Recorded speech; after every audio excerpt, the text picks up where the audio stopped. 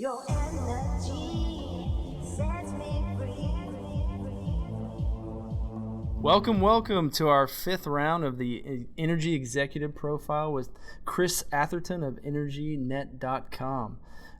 This is Nathen McEown with Whitley Penn, our energy practice leader and partner in charge of our Houston office, coming to you again. And glad to have you guys. And Chris, welcome, and tell us a little bit about yourself, and so our viewers can know who we're with today. Yeah, thank you very much, Nathen and Whitley Penn, for inviting me today. My name is Chris Atherton. I'm CEO and president of EnergyNet. EnergyNet's a tech-enabled upstream oil and gas acquisition divestment platform. We have been around since about 1999. We do about 2,000 individual upstream oil and gas transactions per year. Have a user base, or a bidder user base, of about 33,000 registered active buyers, about 7,000, 8,000 sellers. And what we do is help buyers and sellers get together and transact on oil and gas deals, primarily in the United States, lower 48. We've done deals in the Gulf of Mexico and Canada and Alaska. So we have our what we call our auction business, which is kind of non-core assets ranging in or geographically scattered, overrides, operated fields, non-operated working interest, non-producing leasehold, non-producing minerals, net profits interest, usually sub $10 million in value individually. And then we also have our sealed bid business, which is usually for higher value deals with considerably more upside, more complexity to them, where our engineering and geology team, technical team really digs deep to kind of tell the upside story and the development plan. Those deals are typically kind of $10 million to $175 million in value, kind of that middle market space. In the past 3 years, we've done about 125 deals between $10 million and $175 million. And then we also have our government resources division or business, where the EnergyNet A&D platform is used to facilitate the sale of leases for the state of Texas, for the United States federal government, Bureau of Land Management, state of New Mexico, state of Wyoming, state of Colorado. And we're doing oil and gas leases, but we're also advancing out and getting adjacent commodity markets like timber, mining, sand, water rights, solar rights, renewables, things like that. And what we essentially do, our value proposition, is that we put together a very from a seller perspective, we put assets, a very comprehensive, thorough, complete data room together, and then we market it to the widest audience of potential accredited buyers, and then we put that through a competitive bid process, whether it be a transparent bid auction or a sealed bid auction, and then we get that to the last mile and close the transaction and rinse and repeat and do it again. So we're really focused on getting repeat sellers and happy buyers and sellers. I mean, when you think about volume of deals, there can't be anyone else that does more volume of energy transactions than you all, is there? There really is not. If you look at, say, the Enverus market research database of deals announced, we probably have 25% of all the deals announced, and the second biggest category is people not using any transaction platform or advisor at all. So the frequency and the deal volume that we have, we believe it really gives us a unique perspective on the market. We feel like we're kind of the canary in the coal mine of the ups and downs of the oil and gas market, because we are doing so many transactions a week, a day, a month, and we're working with the full spectrum of oil and gas acquisition divestment participants, from major oil companies to large super major independents, to small caps, to private equity sponsored teams, to privately held E&P companies, to banks, trust departments, hedge funds, institutional investors, individuals. An individual that owns a royalty interest or a mineral interest that they inherited from their grandmother can put that on the EnergyNet platform and get a competitive process in the same way that a Chevron or ExxonMobil could. So, not to dumb it down, but the eBay of selling oil and gas? Yeah, very much so. But, we started in 1999, eBay and the kind of the dot-com bubble of 99, but I feel like we were We were early movers, early pioneers of online marketplaces and kind of tech-enabled services. We've been doing virtual data rooms and online bidding before it was cool. Yeah, I'm sure back in 2001, we were like, you're going to sell what on the internet? Yeah, no, I mean, as I came aboard on EnergyNet, I was too dumb really and poor to know that this whole concept wouldn't work, and it was just, I'd go into established E&P companies' offices and say, here's our platform. We'd like to expose your properties to the broadest possible market and put it through a competitive bid process. And it's an online auction. And they would say, no, that's not how we do it. The door's over there. You can find your way out. So it was a very uphill battle from the beginning. It wasn't an established concept. I mean, I'm 42 now. When I started, I was 25, 26. But I mean, the people I was dealing with were my father's age. And, if you've ever tried to stop your mother or father from opening spam on the internet, you know how that kind of works. But the technology and the age of the decision makers has changed definitely in our favor. And it's, everybody has buy stuff off Amazon and online banking and stamps.com and Netflix and everything. It's very normal to do it the way we do it now, which has been very helpful. Yeah, because before you guys came around, it was basically, hey, let's get a bunch of assets and a bunch of people in a room, and you really had to hold auctions once a month, right? Right. So yeah, our major competitors when we started off in '99 were live auctions. So our main competitor had a monthly or bi-monthly or every 2 months auction out of the Sheraton out by Intercontinental Airport. They get a critical mass of properties under contract by some big name sellers, and a bunch of people would show up and have a free lunch and bid on those properties, sifting through paper files and tubs of data to bid on it.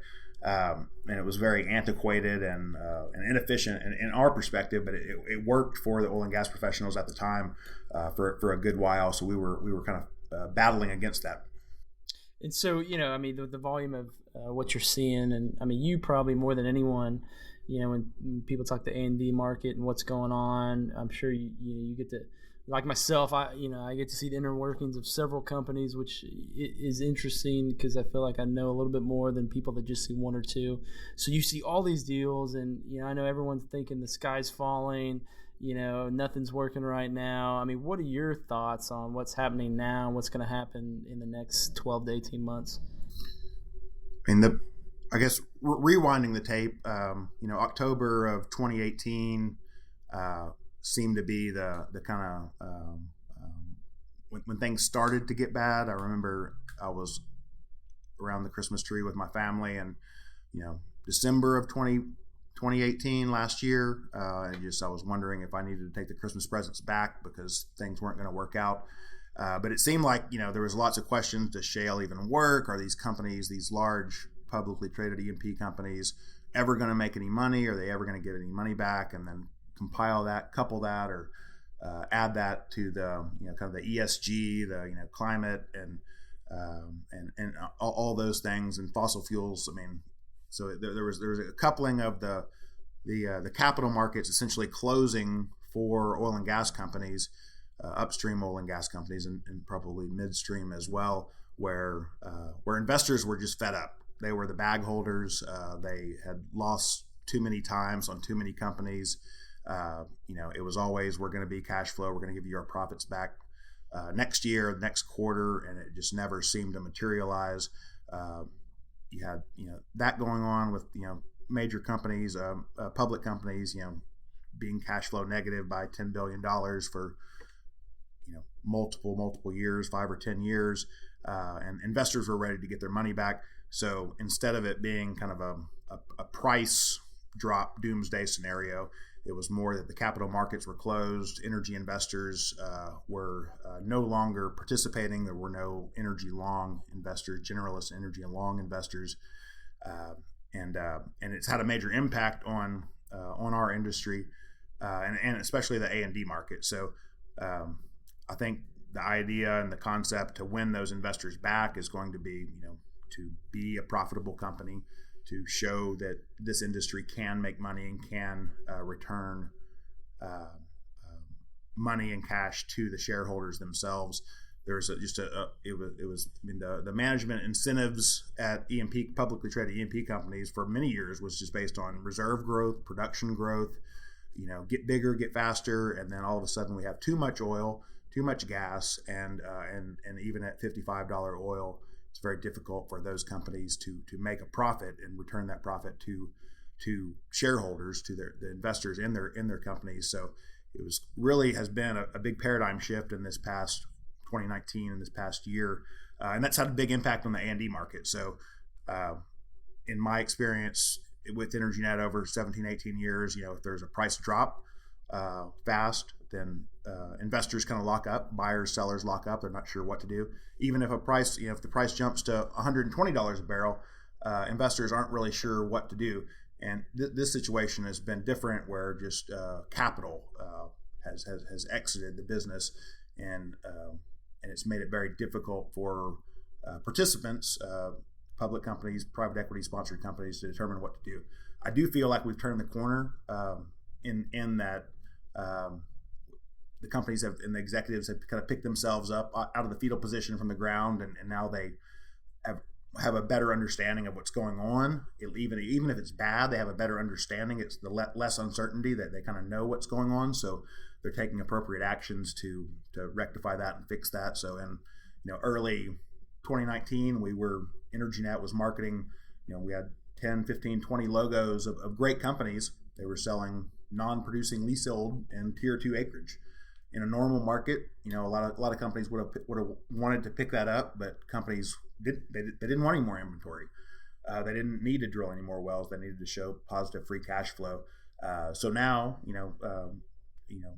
10, 12 months later, those same companies are selling PDP assets. They're selling non-ops. They're selling royalties that they know will generate a successful sale, and they can use those proceeds to pay down debt or to do other things. Yeah, we were at a conference together yesterday. SBE was financing a team in the dream, and you were moderating a panel all about the exit. And this has to be a tough time to moderate a panel about an exit when you're not really getting a lot of positive light on how to exit and when to exit and everything else. But you guys took a good spin on it, but that had to be tough. Yeah, I mean, right now nobody has an exit plan. I mean, no one can say, like, my exit's going to be I'm going to sell to Concho, or I'm going to sell to Diamondback, or I'm going to sell to Devon, or I'm going to, you kind of saw it coming like a year or so ago when private equity companies, portcos, were selling to other portcos. That was kind of taboo in a previous market. There's a food chain in the M&A&D market where, a team and a dream, three dudes, with a dream get together and they go get money from a private equity sponsor or somewhere else. They take a little financial risk, a little technological risk, maybe some fringe acreage, and then they make it work. But the idea is that you're building a product and inventory that a larger public will ultimately buy to replace their inventory. And that food chain is essentially broken down. And there's lots of companies right now that have done exactly that. They've followed the formula. They've built great companies. They've done great assets. I mean, they have great assets. They're executing on their plan.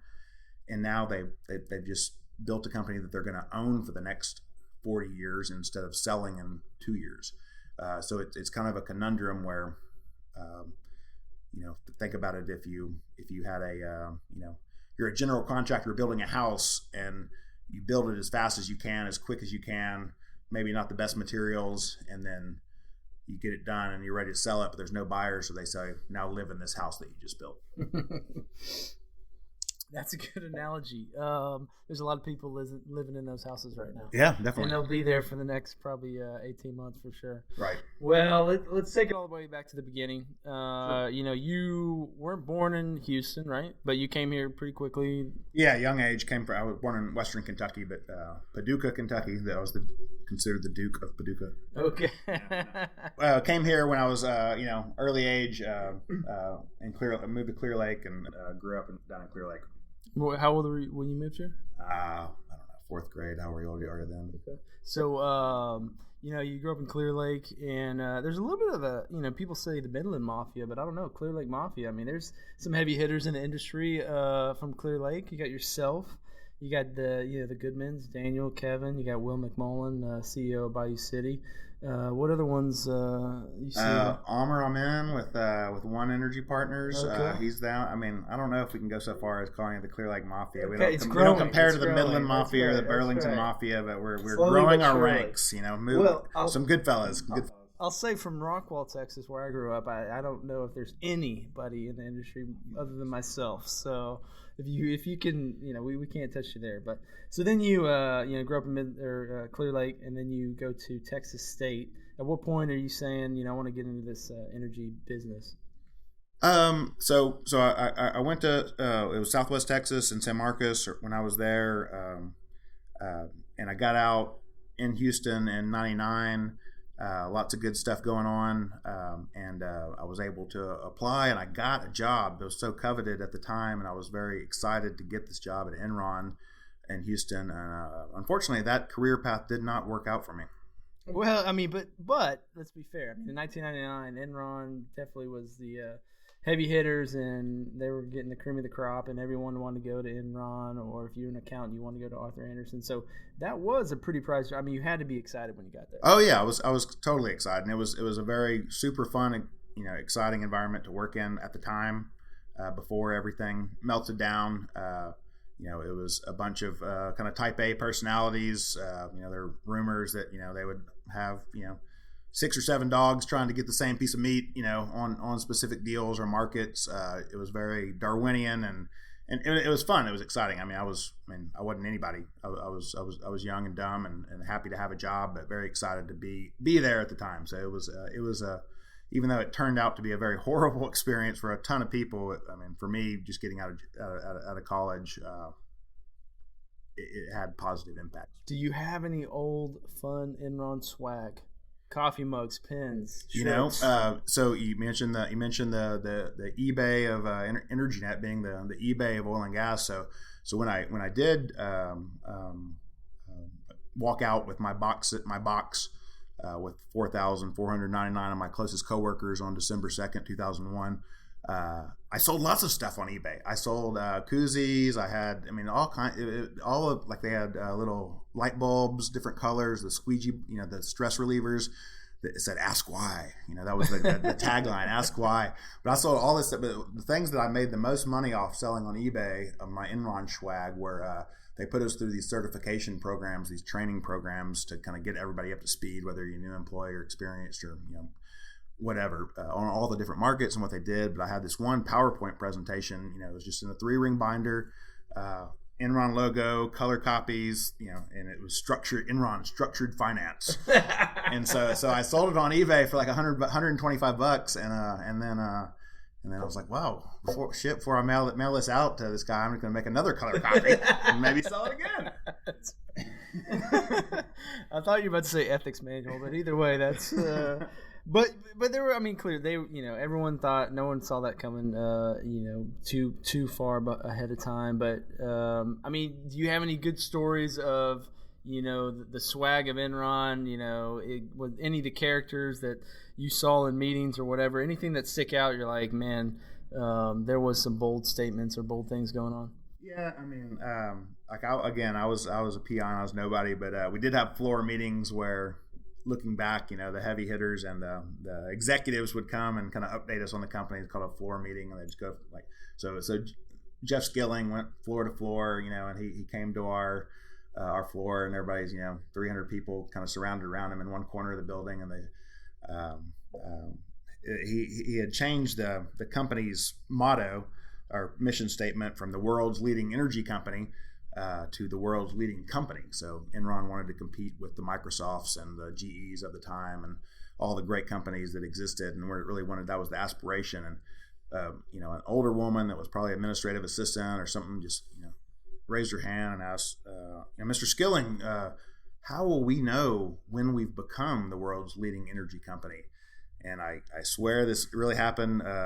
Jeff Skilling said, It's kind of like pornography. You'll know it when you see it, which I think is my heart sunk because this woman was my mother's age, and try not to talk about pornography. So that's right. So this the CEO of a multi-billion-dollar company saying that in Very a often, meeting, very candid off the cuff, but accurate, but yeah, that's kind of the attitude there. And so, but you were there till the day they filed. I mean, what was that like? How are you told we filed bankruptcy? Time to go.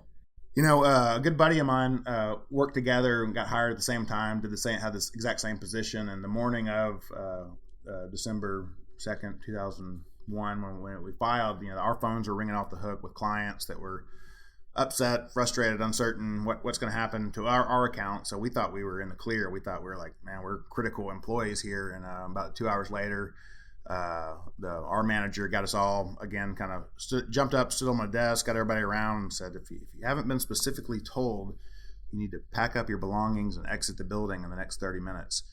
And somebody else raised their hand and said, so if we haven't been specifically sold, we go back to our desk and go back to work. He's like, no, the other way. So got my stuff and walked out, and I mean, 25 at the time, 26. Oh yeah. I mean, that's yeah. That's got to be pretty tough to take. Very surreal. Surreal when it happened. Yeah. And everyone at the same time just kind of falls out. Well, I mean, to me, I was, I don't know, junior in college, sophomore in college, in accounting, and this big accounting scandals going on. So Enron was all kind of surreal and bigger than life, and so I can't imagine living kind of through the day to day into the final. It was very, very surreal, very interesting. Just news stories are coming out in the Wall Street Journal, and it's on the news at night, and it was just kind of constant. So post collapse, and you're now on to other things and doing well. Do you get caught up in the Enron? Like, I want to read the book, I want to see the documentary. Do you get caught up in all that? Do you want to? I did back then. I don't as much anymore. I'm curious about it, and I'm. Is it over sensationalized, or do you think all that some of it's sensationalized? But I mean, I didn't really know what was really going on behind the scenes. But it didn't. It did. I mean, I think it deserved some of the sensationalism that it received at the time. I mean, it was a $70 billion company that imploded, so it doesn't happen every day. That's right. And so then you leave Enron. At that point, are you like, man, what am I going to do next? Like, how does the EnergyNet transfer happen? Yeah, so so there were a lot of good folks, I think, out of jobs, and I was fortunate to connect with the guys at EnergyNet, and they were looking for someone to do business development and sales for their essentially startup and in Houston, and I was really intrigued by the idea of kind of the intersection of acquisitions, divestments, oil and gas, energy, plus the technology component, and kind of doing it in a new tech-enabled way. So that's what drew me to it, and kind of started from there. And so, what is the history of EnergyNet? What year did it start? Like, when did you feel like it really took off? So we started in '99. I came aboard in 2002, and the idea was that we're going to make this efficient, streamlined, liquid marketplace for oil and gas assets, essentially for non-core oil and gas assets. So the idea is that instead of if the Chevrons or Exxons or BPs or Conocos or Totals or whoever have non-core assets to sell, that we can create this liquid marketplace to sell those. And prior to that, there were live auctions. That's how it was done. And we just felt like we had a really better mousetrap and a better way to do it. So we were doing, we were an online marketplace. We were doing virtual data rooms kind of before that was cool, and really have expanded on it just exponentially, really by just being customer focused and just trying to do what it takes to make our customers happy and to buy with us again, to sell with us again, and just being the value proposition for our sellers is that we're going to expose your properties, your assets, whether you know a lot about them, don't know a lot about them, they're good, they're bad, to a huge audience of potential accredited, vetted buyers. And we're going to run a competitive process. We're going to have 15, 20 bids on any particular asset. We're going to get you the highest price possible. We're going to close that transaction. And then from a buyer standpoint, there's lots of buyers that like to buy deals off market or unsolicited, but that can be a lot of trouble in and of itself. You can do a whole lot of legwork as a buyer to find out a deal. They don't own it. It's not what they said it was. It's not as good as you thought it was. But what we do is really bring a very clean presentation of the property, of what it is, teed up to the buyers, ready to transact. So a lot of our buyers, we have 33,000 buyers, 12,000 of those access the EnergyNet platform once a month. There's probably 1,000, 2,000 a day that are on there. But they look at our platform, they log into our platform like they're looking at their stocks or reading the newspaper in the morning. Kind of like checking email, right? Yeah, definitely. So, I always like to know the climb to the top, right? So you start there 17 years ago, which in itself, there's not a lot of people that stay at the same company or firm for 17 years. I'm a lifer, I get it, but you tell me, you get there, and at what point you were like, okay, I'm going to be here for a long time, and I got my eye on that CEO spot, and how did that all evolve? Again, at the beginning, it was a huge challenge, and there was a lot of uphill battles and obstacles to win business, to successfully transact. These two-sided marketplaces that we run have you can have a lot of sellers or a lot of assets on the market, but if you don't have the buyers and the sales fail, if you have a lot of buyers but you don't have enough inventory for them to buy, the buyers tend to go away. So there's a lot of kind of pushing the merry-go-round. You have to keep the momentum going. But I had a ton of it was great to be little old me and to walk into BP's office or walk into Anadarko's office or Kerr McGee's office and pitch a value proposition that they understood, that it made sense, that it's like this this makes a ton of sense. We should try this. We should do this, and we had a lot of success doing that.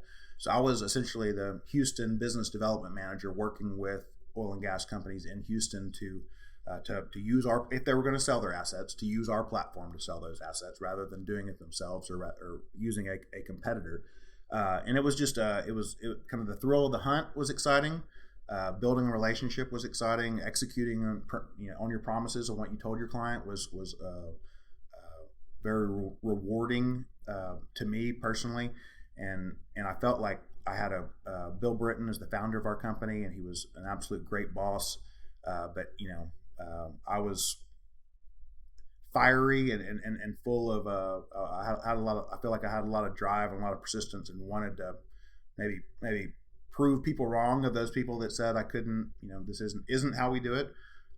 So there's kind of like the negative aspect of a drive that that it makes you want to succeed. But kind of over time, I felt a whole lot of ownership in the company and what I was doing, and kind of the brand I was building for what my word meant, and if what level of service that I was going to give to a client. And because of that, I was kind of begging the management of my team to give me more responsibility. Let me do this my way. Let me teach the other team members to try to do it in a way that will work, and that we can talk through it and make sure that we're all on the same page, and we're kind of doing it in a standardized, structured. So in a way, what you said, what I try to tell other people is, you kind of took it, right? Like, you took on extra responsibility without someone having to force it on you. You kind of took the bull by the horns, and you saw something to fix, and you just did it. In which I'm always telling our younger folks, man, you see a problem, like, go fix it. Like, totally. Take the initiative. I mean, I was obsessed. It came to it was interesting because we are a relatively small company, and even at that time, Houston's a giant city. It's the mecca of oil and gas. But I was kind of the sole representative here for my company and for EnergyNet, and it really, I felt I took on a big kind of ownership. Like, if somebody didn't like my company, it meant they didn't like me, or they didn't think I was a good guy. So there was kind of some pride there on like what it meant to be successful, or what it meant for our company to be successful. And I really kind of took that to heart and kind of owned it. I really felt like I took ownership, and even though I wasn't an owner in the company at that time, and wanted to succeed for my teammates, I wanted to show the guy that hired me, Bill Britton, that I could he made a smart decision. And so, when you think about the future of of EnergyNet. You have any dreams, or what's the evolution? What may be different 5 years from now in terms of what you guys are doing compared to today? Yeah, no, that's a great question, and we're really excited about our future and what we have going on. So with our success and this marketplace that we've built, I mean, it's very active, very vibrant, working with the biggest companies, the best companies, really in the industry, and trusted by them. And what we're doing is one, we're moving up market, selling higher value deals. So it's kind of a graduation process where, EnergyNet can sell my $2 million deal. Yeah, EnergyNet can sell my $20 million deal. Can EnergyNet sell my $200 million deal? No way, never. But we're trying to kind of, organically grow and build our capabilities to be able to do that. And we don't want to be selling $200 million deals. We want to have this vibrant, ongoing 2,000 some odd transaction marketplace, but we want to have the capabilities to do that. And we have sold a $175 million deal. We have sold a $150 million deal. We can do that, and we want to continue to do that. We believe that our geologists and our engineers and our GIS specialists, and spot buyer specialists, and financial analysts can build these presentations that are of the caliber of the best kind of energy investment banks out there. We don't want to be an investment bank. We want to do it in our kind of tech-enabled online marketplace way, because we think that's really the best way. We think so that's one aspect, moving up market, and we're successfully doing that. We've sold about 125 deals between $10 million, $175 million over the past 3 years. So along with that, we are growing our government resources business. So we're currently doing business for about 9 government agencies, including the BLM, United States federal government, Texas, New Mexico, Wyoming, but we're getting additional government agencies, and then from there we're spreading out. Those agencies sell other commodities, so we're kind of branching out with other energy related commodities and using our marketplace to get great outcomes for the sale or lease of those assets. Investment bankers ever come at you and be like, "Man, you're taking our business"? No, not really. They don't consider us competitors. I mean, we're not yet. You're yet. a disruptor. You're gonna go get them. We're trying, but I mean, they do something very different, and it is we are very hands on, but I think there's a perception sometimes that it's more of a. I think our strengths are really in our huge wide access to the marketplace. We're building on our technical strengths, our geologists, engineers, and the kind of the upside development and case studies on a seller's asset. But we're having fun doing it. Good. Well, we think we have a lot of running room. No, I think it's today it seems so normal and to sell assets online, but 10, 12 years ago, I imagine that was like just a crazy concept. So first to the market and own the market now, and I think you guys are doing a great job, and everyone knows who you are, obviously. So a little more on the personal side. So married, you got 3 kids, is that right? I have 3, happily married, and have 3 children. I have identical twin boys, William and Andrew. I have a daughter, Ava, that's 9. And I saw the twin boys are heavy into baseball. Oh yeah, man, heavy into everything. They're baseball, flag football. Kind of gave up on soccer, unfortunately, basketball, but they have a partner to practice with all day long. That's got I have 2 girls, so I'm in the other world there, and but I can imagine that's a lot of fun to get out back and throw the baseball with them and do. We try to do little social experiments on the boys. Shower one with love and affection, and just live together, see how they turn out. I love it too. And we'll have you back in 20 years and see how that turned out. I was gonna say, they may listen, so I'm not gonna ask a question. But identical twins, but can you tell the difference in athletic ability? Oh, athletic ability? No, I mean, they have their ups and downs, and sometimes they edge a little bit higher. But I mean, they're so competitive with each other. They talk trash to each other. They really kind of rub it in. Like if one has a good baseball game, another not so much. They're like, I had 3 hits. How many did you have? Did you make an error today? They're really kind of in each other's face a little bit about some of that stuff. But siblings. And so, also, so I was creeping on your Instagram, and you went to Astro World. I did. So to those that don't know, Astro World, Travis Scott, big music festival. Average age 21. Oh yeah. I mean, we were. Yeah, yeah. But anyway, I felt very old. I was like, young man, will you tell me where the beer tent is? But yeah, it was very young. It was a blast. Very Houston centric. I'm not the biggest rap hip hop fan, but the excitement and energy at the festival was just really out of control. And you're looking at I actually respect. I listen to a lot of rap. I know I'm an accountant. I'm middle aged, but I love Travis Scott. So who all else played that you liked? Oh, Migos was there. Okay, Pharrell was there. Wow. Kanye actually made a little. He didn't perform, but was he preaching or playing? He didn't preach. I think I don't Joel know. Osteen He was like the hype man. But it was impressive that Travis Scott, being a Houstonian and everything, kind of made himself into the kingpin by putting all this together and had Dave Chappelle and Kanye. Oh, Dave Chappelle was there. Just as introduced Travis Scott. Yeah. So there were who else was? Did I say Migos? Marilyn Manson was there, which was a little odd choice, but he's probably 42, 45. I don't know how, but it felt like it would suck to be Marilyn Manson after a little while. It's like, hey guys, this dinner party's great, kids are great. I gotta go to work now and put on my makeup and my my corset or something. That's right. But it has to get old after a while being that guy. But well, I respect you for going. I there's a piece of me that wanted to be there, so. I'm jealous. I like the festival atmosphere. It was a lot of it. Well, I went to Bourbon and Beyond this year in Louisville, a 3-day music festival with my dad. Interesting event, but it was a lot of fun and highly recommend that one. Now that one had more of an older crowd. We listened to Hall & Oates. Oh yeah. They had ZZ Top. Yeah.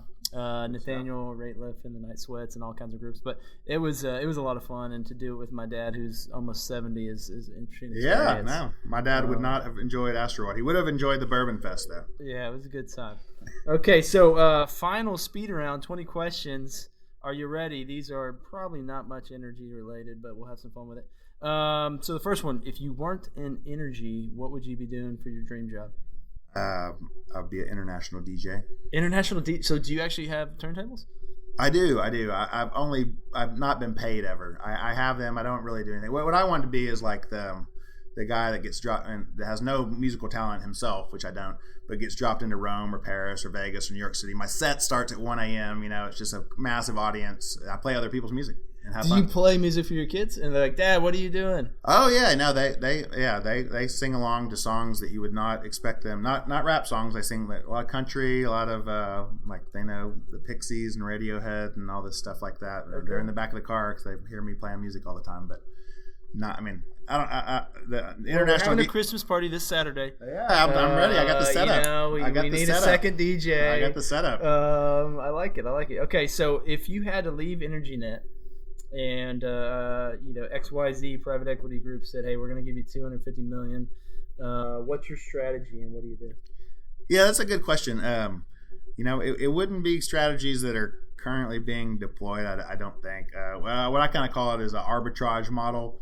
I would, and because of what I do, I know my space very well, but I would go out and use investor money to acquire disparate, maybe not necessarily distressed, disparate, geographically scattered,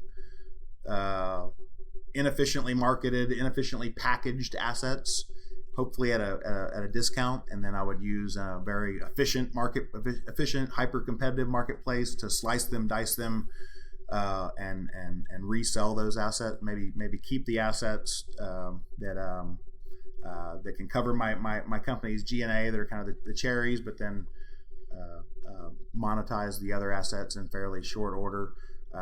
You can do this and get probably a 30 or 40% return on your investment on the asset that you made in certain cases, and you can do it over and over again, so you kind of juice your internal rate of return. You can do it 10 times a year, assuming you can find the assets to buy and you buy them right. But I think my edge would be kind of this arbitrage model of buying at a $100 million package of assets that don't go together, and then breaking those up into the component parts. Kind of the sum of the parts is greater than the whole, and make I don't think any PE company would back me to do that, but well, you got the network to make it happen. Okay, what's the last book you read? I read a lot. I read a lot of nonfiction books and kind of business books. The one that really sticks out to me is a book called Pale Horse Rider. It's by this guy called I forget the author of the name. It's about this guy named William Cooper that was kind of like an early pioneer of really conspiracy theories and the Illuminati and what the CIA does and how AIDS was concocted and drugs and crack and television propaganda. But he was kind of this guy. I discovered this guy when I was a teenager in like a punk rock magazine, something, and then this book came out just recently about his life. But it really kind of correlates to today's world of everything is fake news and one side is trying to brainwash you into thinking this. And he was kind of a lot of the kind of theories that are around now. I don't believe conspiracy theories, but it's just interesting to kind of how he was just a guy like talking on the radio to the unknown back in the 80s. I mean, I got a huge smile on my face right now, really, because I'm picturing a Clear Lake teen with a punk rock magazine. Oh, yeah. Digging into conspiracy theories. Yeah, definitely. Sitting next to NASA. Right. So what 3 items would you take with you if you went to a deserted island? Oh, man, I don't know. Toothbrush, probably. Toothbrush? You're worried about your breath on a deserted island. Not my food, breath. Not my breath. I don't know. I have no idea. An airplane, something. that's a good. I didn't think through that one as well. Okay, what podcasts are you into? What's the last one you listened to? What's something you routinely kind of digest? I don't listen to that many podcasts. Most of it's comedy stuff. I really like the comedians. I like Norm Macdonald a lot. I like Theo Vaughn. I listen to Joe Rogan. Those type of guys. Joe Rogan. Okay. Most of the time, I'm listening to Spotify music. Have you tried Dax Shepard? I like Dax Shepard. I haven't listened to his podcast. Pretty good. Yet. Yeah, I like his podcast. I like Dax and his wife have a good chemistry. They do. Okay, so name an event that had a big impact on you or helped mold who you are, personally or professionally. Aha moment, something. Well, I mean, I really, just the Enron experience just kind of did have a kind of an overarching impact on my life, I think, and professionally. Just that, kind of a reminder that rainy days will come potentially, and your actions have consequences. Maintain your integrity at all costs, but just kind of being able to live with the fact that in the back of your mind, everything can potentially fall apart and come undone, and then you're kind of comfortable with that possibility at least lingering there. So I think it's been, I don't know. I mean, no, that's a great point. Not many people that early in their career see something so certain fall apart so quickly. Yeah, I mean, I don't have a lot of debt. I try to think of my life as what if everything falls apart tomorrow? Then what would I do next? So it's just kind of giving me a different way of thinking about a job or an investment or life in general. So, I think of you as an introvert, but I only see you at events. You're a funny guy. You can talk to anyone, whatever. I mean, but that's in the setting, right? So, I'm more of an extrovert or introvert. And I think of you an extrovert, not introvert, sorry. But I'm probably more of an introvert, but I can be extroverted when I have to. I can kind of turn it on because I know that's a part of my job and that's what I need to do. But what do you consider yourself? Probably an extrovert? You're kind of hitting the nail on the head. I think most people think I'm an extrovert because they see me out and about, and I do a lot of business development and out at events and talking to people and talking trash and talking industry and talking deals and whatnot. But I mean, really, really, really, really enjoy not being around people. If I'm around people too long for any extended period of time, I feel like I need to duck out and go be by myself and recharge and just kind of sit in silence, or stare into the computer screen.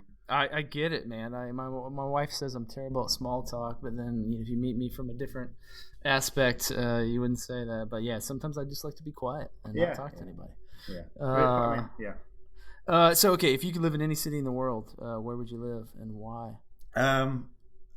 Maybe Lake Tahoe. I've been there in the winter and the summer. I like to ski. I like the cold weather. I like the scenery. It'd be cool to bounce around there. I don't know. I'm not a beach person. Okay, your twins are coming out of college. One of them tells you, "Hey, I'm 22. I want to get in the energy business." What kind of advice or what words of wisdom? What one thing would you tell them? I guess I would. I mean, the concept would be that other people pay watch people believe in themselves. So the kind of the concept that, if you're obsessed, if you're a hard worker, if you're committed to what you're doing, whatever that is, be really good at it. You have to work harder than everybody else. You have to, get really good at one thing, but seeing anybody in this industry or even other industries believe in themselves and try to make something happen with kind of full force, full effort, not half-assed, that's what I would tell them. And what celebrity would you like to meet at Starbucks for a cup of coffee? Johnny Cash, maybe. Johnny Cash, I like it. From his perspective, the "I've Been Everywhere Man" song, of all the different, you have to. For me, thinking about all the different shows in podunk towns, big towns that he played through his career, it was kind of never ending. So I like kind of that concept of it. So this kind of, with you just mentioned Johnny Cash earlier. You mentioned some bands, but then Astroworld. So I got to know, like, what music are you listening to in your car? Most of the time I'm listening to bluesy, folky, country music. I listen to Ryan Bingham and Chris Stapleton, Sturgill Simpson, Tyler Childers type, Steve Earle, some of the older guys, but that kind of folky storytelling music. And it's not that. It's kind of, I have eclectic taste, but sad bastard music, kind of Bon Iver, not in the National, just moody, sad music in my car by myself. That's right. What is it? Management or MGT, whatever. Who in your career has made the greatest impression on you? By far, I'd have to say Bill Britton, my boss and founder of EnergyNet, and he's just, he's probably, I think he turned 71 on December 25th this year, but just really believed in me, challenged me, would let me stub my toe on myself to figure it myself without him telling me I shouldn't do something, but just just kind of working to get me to excel in different areas. But yeah, hands down, Bill Britton. And so if you had a boat, what would you name your boat? I don't have a boat, but if I did, no, there's supposed to be like women's names or something, but mine would be Mistakes Were Made. Mistakes Were Made. But I got a boat, so not too big of mistakes. Mistakes were made. I don't take responsibility for those mistakes, but they were made. What is the most useless talent or hobby you have? Not really talent, hobby. I'm kind of a obsessive hoarder. I don't have I have matchbooks. I have business cards. I have Dungeons and Dragons. Enron stuff go on eBay, but you're a hoarder. That's knives, weapons. I buy. My wife gets onto me for dumb T-shirts arriving on a daily basis that I find. Do you have a new collectible that you're going after? Is it kind of like, hey, I got all the knives, now I move to this? You kind of move on? It's just like all things, and then I find something new that's ridiculous and get. But I can't just have one of them. I have to get multiple of them, or But and they're dumb things. Some people collect like Rolex watches or cool stuff. Mine are like matches or koozies or different things. I like it. Okay, so what TV shows are you binging these days? I watch a ton of TV, so Yellowstone, Ozark. Name a TV show, and I probably watch Succession. I haven't watched it. My wife watched Succession. I don't watch Succession. I've seen every episode of Family Guy like 5 times. No, but I haven't seen Succession. But I hear it's good. I'll have to put that on the list. Watchman's good. It's a new one on HBO. Highly recommend that. Okay, if you had to have a motto, what is Chris's motto? Chris's motto. If you get knocked down, get up. What this kind of goes together with your sad bastard music. So what movie can you watch over and over again and not get tired of? True Romance, which is directed by Tony Scott, but I think it's the first. I'm not sure about this, but I think it's the first movie that Quentin Tarantino wrote. So it has, okay. Has Brad Pitt and Christopher Walken and a bunch of people. Dennis Hopper. See, I would have picked you for like a slapstick comedy, like maybe Wedding Crashers. Old School, maybe. I can watch Old School. Old School. Or Super Troopers. Super Troopers. So, Kendall, our marketing expert here, helping us out.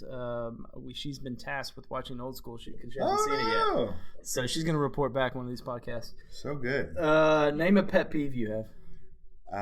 People that don't do what they say they will do. So in my business, we do a lot of deals, and when a buyer says they will pay a certain amount or transact, or a seller, and then they crawfish on that, that's a pain in the ass. If money was no object, what would you do all day? Probably nothing. I really enjoy doing nothing. That's the goal: accumulate enough wealth to just sit around and do nothing. See, that's why I couldn't be one of these teams that get a successful exit and all of a sudden you have whatever, $30 million, whatever. Because then I would be just a terrible, lazy person. I'm kind of the same way. I think I would just sit around and develop really bad habits. Yeah, no, I love bad habits, man. My perfect Saturday is like getting up kind of early, drinking a pot of coffee, reading the internet for 4 hours, music playing, take a nap.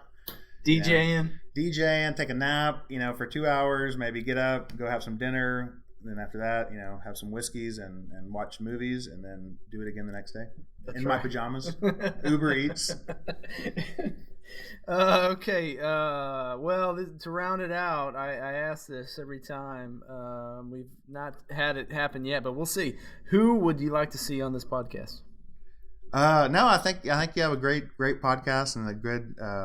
There's a ton of good people for energy. I think it would be great to have like an energy insider that's too rich or too old or has zero F's to give, that would just kind of tell it how it is without a positive or a spin on it. But if you can't get that, which is difficult, maybe Carl Brinsecki with Maker Minerals, or Chuck Yates is on kind of with Ken Anderson. Matt Gentry said Chuck Yates last podcast, so he's got a 2 count. Gary Evans with Magnum Hunter could be a good one. No, I think that one may be tough, but he'll do it. I think he would do it. Good stories, war stories. Yeah, that's right. Somebody that can tell some war stories. Isn't Magnum Hunter now Green Hunter? Yeah, it may be cannabis related. That's right. Okay. Well, I thank you for being here. It's been a ton of fun. It's been a pleasure, and we are signing out. All right. Thank you, Nathan. Thank you, Whitley Penn. Really enjoyed it. Thank you. Bye.